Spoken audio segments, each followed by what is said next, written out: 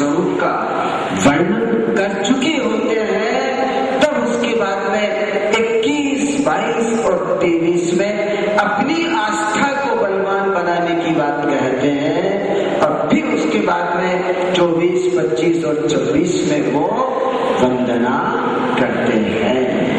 आइए, निह माने रहित।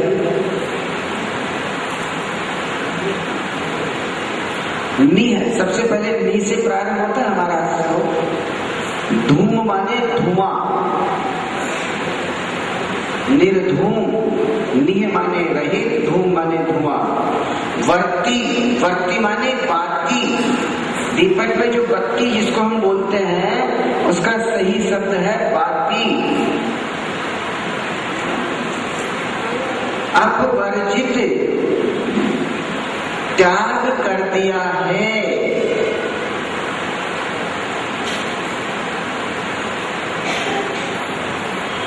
तैल, तैल माने तेल। पूर्ण माने पूर्ण।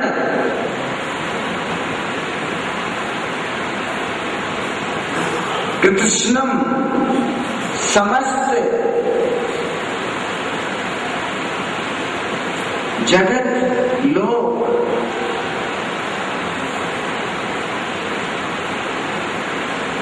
त्रयम, तीन। इदम, यह। प्रकटीकरोषि, प्रकाशित कर रहे हैं, प्रकट कर रहे हैं।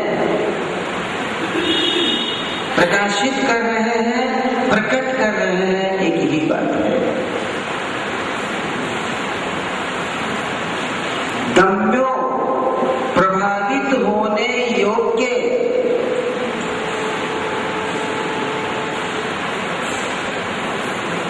जातु, कभी भी।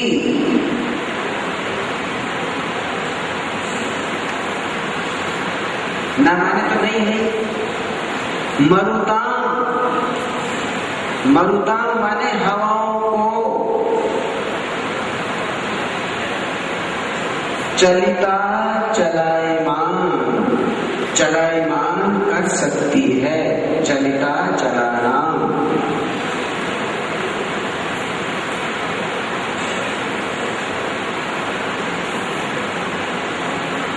चलाना, पर्वतों को।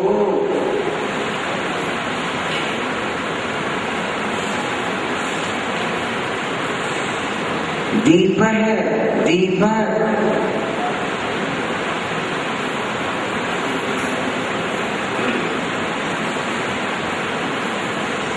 अपरा, अपरा, अपूर्व।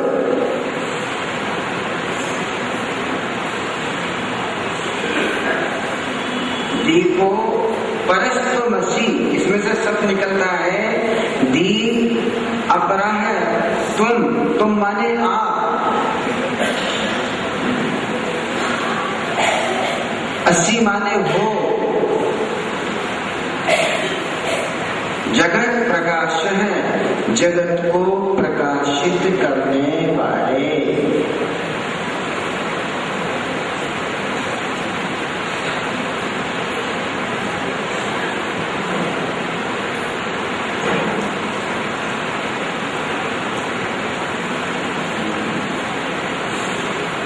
अब यहाँ 16वें पद में भगवान को क्या कहा है? दीपक। लेकिन कौन सा दीपक? अपूर्व तो है ही, अपूर्व तो उसका विशेषण हो गया, पर यहाँ दीपक का अर्थ है केवल ज्ञान रूपी दीपक। दीपक कौन सा? केवल ज्ञान रूपी दीपक। हे भगवान, आप ऐसे दीपक हो जिसको, पहली बात तो जिसमें धुआं नहीं है। आप ऐसे दीपक हो जिसमें धुआं नहीं है, लिखना नहीं समझना, अभी केवल ऐसे करना। और दूसरी बात यह है कि आपकी बाती, आपकी जो बत्ती है वो हमेशा प्रज्वलित रहती है। कभी बुझने वाली नहीं है। क्या कभी ऐसा पर्वत जिसको हिला देने वाली बहुत तीव्र हवा चले, तो क्या पर्वत कभी चलित हो सकता है? नहीं हो सकता।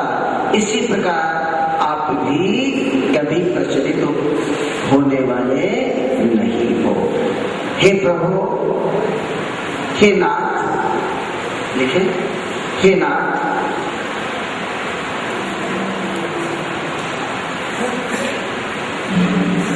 हे परम ज्योति देव,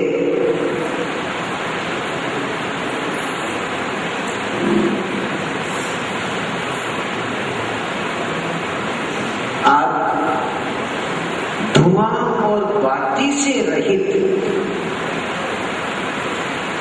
आप धुआं बाती और तेल से रहित, आप धुआं बाती और तेल से रहित तीनों लोगों को प्रकाशित करने वाले,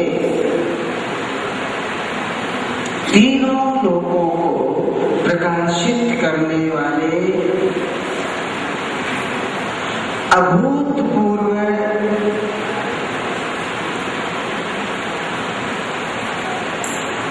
अलौकिक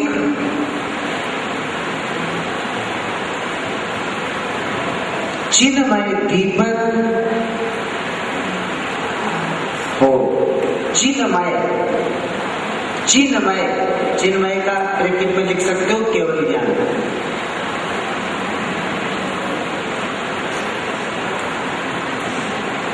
दीपक हो। इस ज्ञान रूपी अनुपम दीपक को, इस ज्ञान रूपी अनुपम दीपक को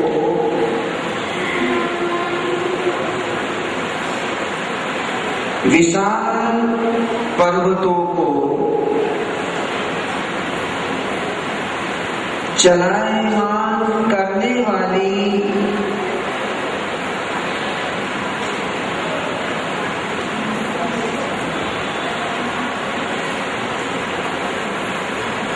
झंझावात वायु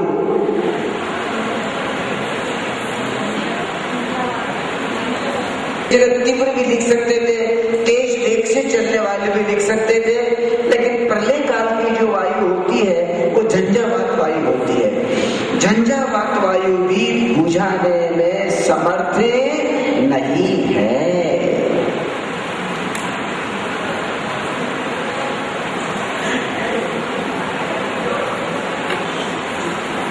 समर्थ नहीं है।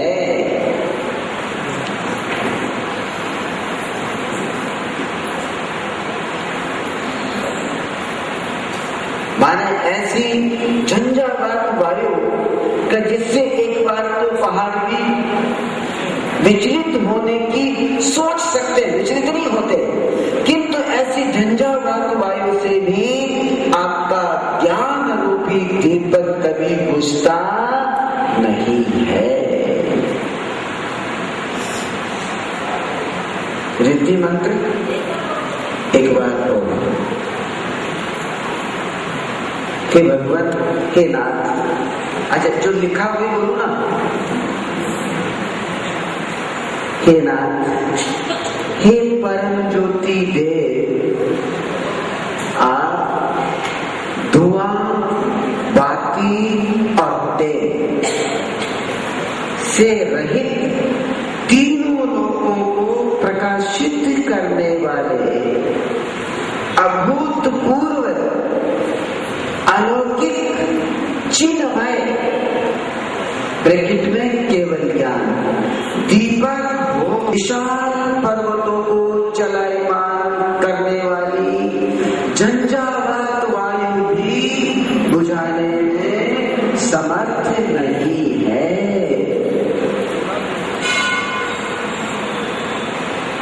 ठीक है, भाव भी स्पष्ट हो गया। हे भगवान, आप ऐसे अलौकिक दीपक हैं कि जिसको ऐसी झंझावात वायु जो पर्वतों को हिला देने में समर्थ है, वो भी इस दीपक को बुझा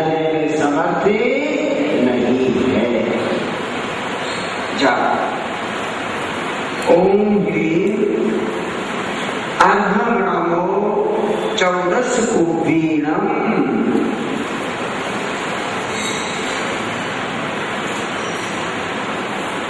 ऐसे विधि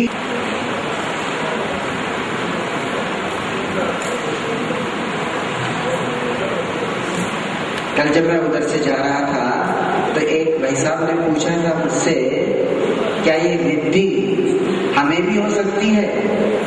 हमें का मतलब उन्होंने अपने लिए नहीं पूछा, उनका भाव था कि हम ग्रस्तों को भी अगर हम साधना करें तो रिद्धि हो सकती है। रिद्धि निहित है, मौजूद है, किंतु हो नहीं सकती बिना संयम, बिना चारित्र के धारण किए बिना और बिना तपस्चरण किए बिना। दो शर्तें हैं, केवल चारित्र नहीं, उसके बाद भी तपस्चरण। क्या सारे मुनिराजों को रिद्धि होती है? अगर सबको होती तो विष्णु कुमार मुनि का ही चयन क्यों होता? सबको नहीं होती। उन मुनिराज को होती है जिनकी तपश्चर्या विशेष होती है। इसलिए वो भाई साहब जो आज यहाँ नहीं है, शायद मेरा ख्याल है, मैं सकल इतना पहचानता है। इसके बाद में मंत्र जाप, ओम नमः सुमंगला सुसीमा, यही है ना? नाम देवी सर्व समीहिता वज्र श्रृंखला गुरु गुरु स्वाहा।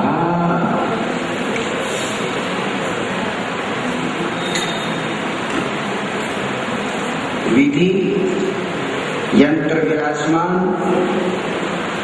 स्नान से शुद्धि, हरे रंग के वस्त्र, पद्मासन, पूरब दिशा,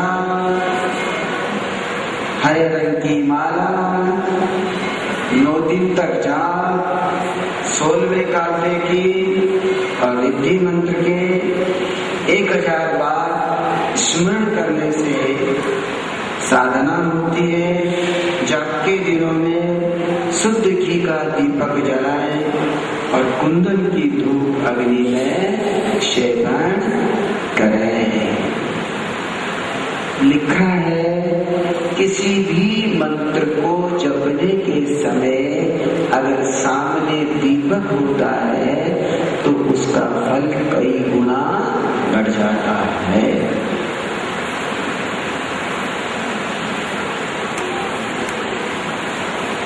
अग्नि समन हो जाती है,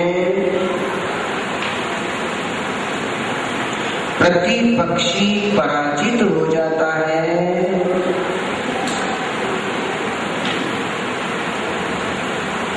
अदालत में जीत होती है,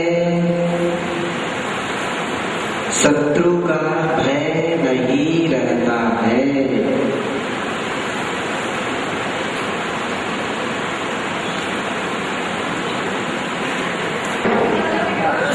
जो लोग इधर बैठे हैं सामने आ जाओ, सामने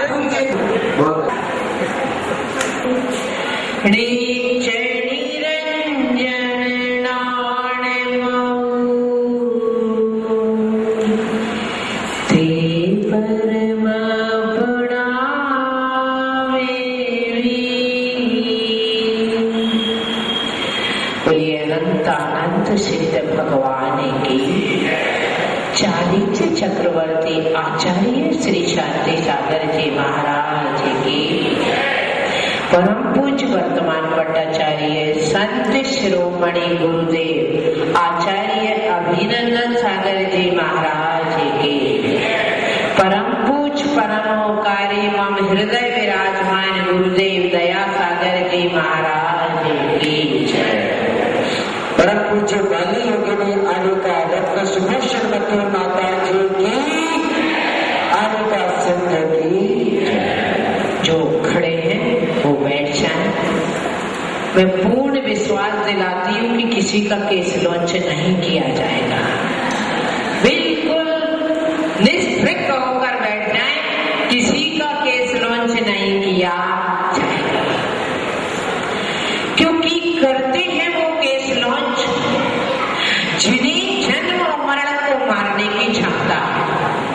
करते हैं वो केस लॉन्च जिन्हें शरीर पर अपना शासन चलाने की क्षमता है। करते हैं वो केस लॉन्च जिन्हें राम और देश दोनों का लॉन्च करना, दोनों को उखाड़ के फेंकना। करते हैं वो केस लॉन्च जिन्हें शारीरिक सौंदर्य नहीं, आत्म सौंदर्य को बढ़ाने की क्षमता और आकांक्षा होती है। आप घबरा रहे होंगे कि माता जी की बात कहीं मेरा नंबर होगा, पर मैं आपसे कहूं कि कमल बाबू आगे आ जाए, पर मैं आपसे ये कहूं कि आपका पुण्य भी इतना नहीं है कि आप केस लॉन्च कर सके। इतना पुण्य है कि कार में बैठ जाए, इतना पुण्य है कि हवाई जहाज में उड़ सके, इतना पुण्य है कि बदन पर 1 किलो सोना पहन सकते हैं, इतना पुण्य है कि जौहरी बाजार से लाकर जवाहर पहन सकते हैं। परंतु इतना पुण्य आपका नहीं है कि आप केस लॉन्च कर सके, और इतना पुण्य है मेरा कि मैं केस लॉन्च कर दिया। लोग कहते हैं कि वो खुश नसीब होते हैं जिनके घर लक्ष्मी पानी भरती है। लोग कहते हैं कि वो खुश नसीब होते हैं कि जिनके घर नौकर चाकर, उनके लोग उन्हें सलामी देते हैं। पर मैं कहती हूँ खुश नसीब, बहुत खुश नसीब, खुश नसीबों भी खुश नसीब वो होते हैं जो महावीर के मार्ग पर चलकर अपनी आत्म साधना करते हैं। मेरे केस लॉन्च देख के आप सबका ऐसा लगता बीपी लो हो गया है ना, बीपी लो हो गया। ये बीपी लो होने की बजाय